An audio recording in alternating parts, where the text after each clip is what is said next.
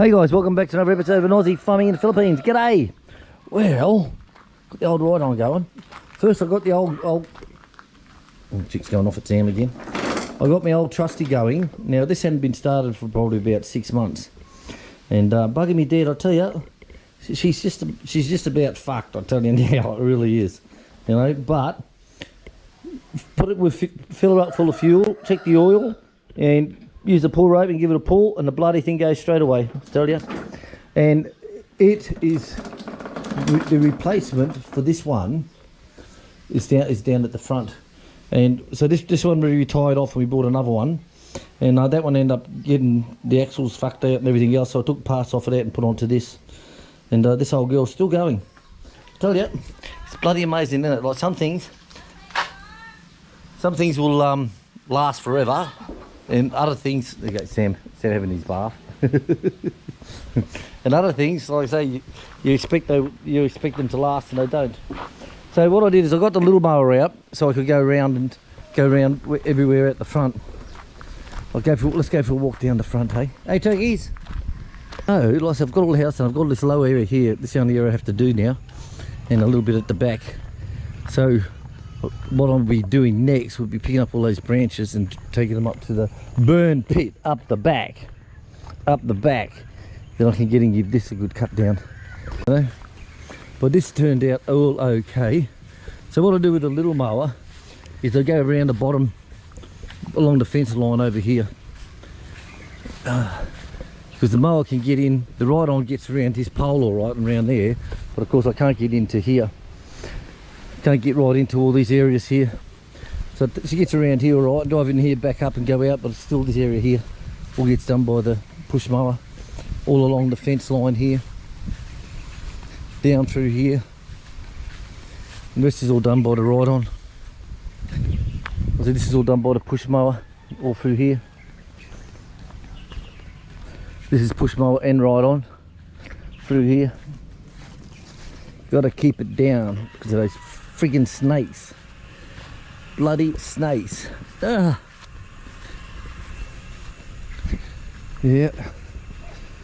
I'll show you what I was doing this morning when this friggin' big bastard come at me.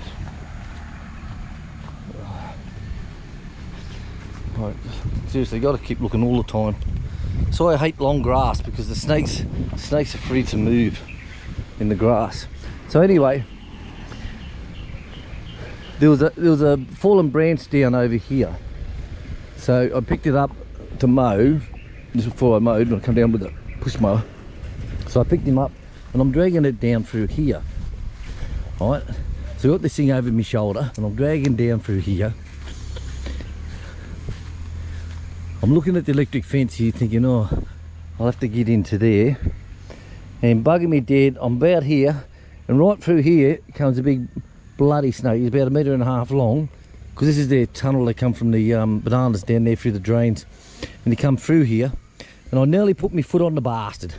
And when I seen it, like I was looking over here, and when I turned around, I seen it.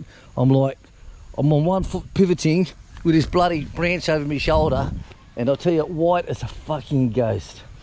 I was. So that's the branch I threw over there. So the bastard went down in here somewhere. So we're gonna have to get our Frito to trim all along this fence line from the creek. Our actually boundary is here to this cement pile way up the back that goes dead straight to here. Then we're on that side of the creek where all these trees are here, the tree bases. We're 1 meter up from the creek. We go through there. Bastards. So what I've got to do is, when all these rains stop, there's no fucking snakes around. When the rains stop, I've got to get in on that side and trim down. See across that bamboo there? Across that tree, the base of all those trees, big trees, like the Filipinos, they put trees right on their fucking boundary line to say that's our boundary. And of course they always grow out on sideways and shit and like. So when it does clear, then we'll get Alfredo in here with the big machete knife. Fucking ant bastard. And we'll get all that done, cleaned up through there. Then I want to put I've got heaps of wire, thick wire. I want to put down a strainer post down to the bottom and strain it and put some posts down so people know that that is our land. over there. It's not the creek. They think it's this makeshift electric fence. That's what they think, but it's not. It's actually over there from that pole, running down to that tree and so forth, all the way down. But not to worry. So I've got to get in here and clean through here. I started to do a little bit, then it's coffee time, guys. It's like, fuck this, let's stop and have a coffee. Well, even the best plans don't come out as expected. So it's raining lightly, and it's not an issue. It's not an issue for the mower to cut the grass. It's just the wheel spin. The wheel spin when you try to come up the hills here. Anyway, with a bit of a hill, the wheel will spin in the wet. So you've got to plan your attack to either go down and come up on another hill and go down on the steep parts. But oh well, it will have to do. It will have to do. I was going to get out the brush cutter and finish off around these trees and the pathways. But looks like with this rain, just piss you off rain. That's all it is.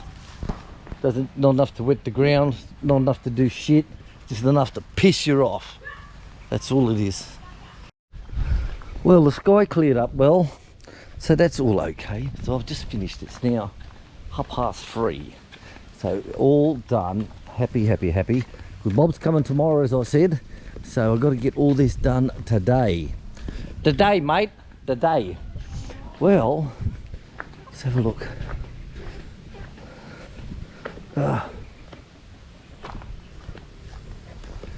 Right, so this area's done well. Their little parade ground, as I call it, the goat parade ground. So this is all done through here. What's he doing? Farting or sneezing? He licked his teeth. Uh, That's the one he covered with mud in the leg. So he's been happy. He's had a couple of girls here the last few days from the goddaughter. They brought their goats around again, so he could like them. So he could give them a shag. So here I just go out 3 wide around the fence line and the pathway through here for the goats. This bastard fell down since I've mowed. So I'll leave this area here. This is cut last time on number 5, nice and high. So it just takes all those seeds off the top and drops them all back down again. So we go back around here. Right, I wish I could get it. I wish I could get the mower up to there so I could clear some of that down better for Chick, because we have to brush cut that. But it could be done if I was desperate. You know, around the bottom of the fence area, it's all the pumpkins growing here. So you're gonna have for dinner tonight roast chicken with pumpkins, roast pumpkins and roast potatoes, peas. This one job I've got to do again is the bridge across here. It's all cement underneath, so I just got to make it wider. See what the cement pillars are here, look. So we bambooed across it to make it wider, and I think we do that about every 2 years it lasts, but I want to cement it and be done once, you know. That's what I want to do. Fill in, it's a culvert underneath there, as you can see. All the water used to run through here. Used to.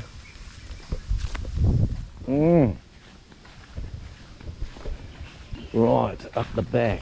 Love this block, I tell you. Told Chick she got a bloody good investment when she brought this one. A bloody good investment. So what I do, I cut it on number 3, the same as the pathways through here. This is about 4 or 5 wide, all the way around, all along the fence line, all along the back. And then I'll take it up to number 5, a bit higher, as you can see here, and that just cuts the top off. Just cuts the top off it, then it will go better for the goats because they won't need all that top shit. See, this is the part, this is what it used to be like. See this height, just like this.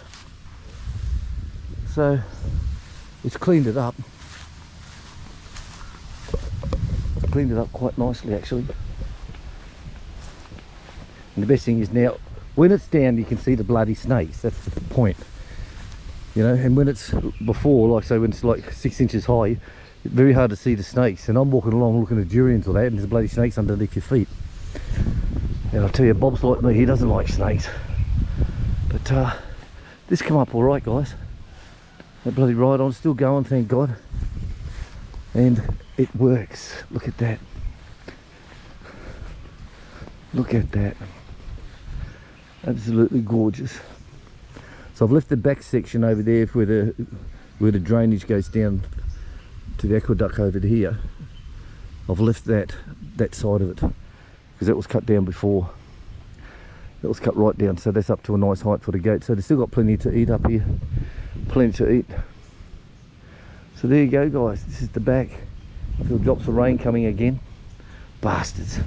Bastards. I was hoping this would dry out so I could get Chick up here with her fire stick again. Because Chick is a fire payer maniac. She is. Here she comes now, look. Let's have a look at the fruit over here. Papa done a harvest earlier on. Oh, still loads of durians on this one. This is this yummy tree, this one. Apparently this is a different variety. It's got me fucked, they all look the same, I think. When you're colour blind, they all look the fucking same. You know?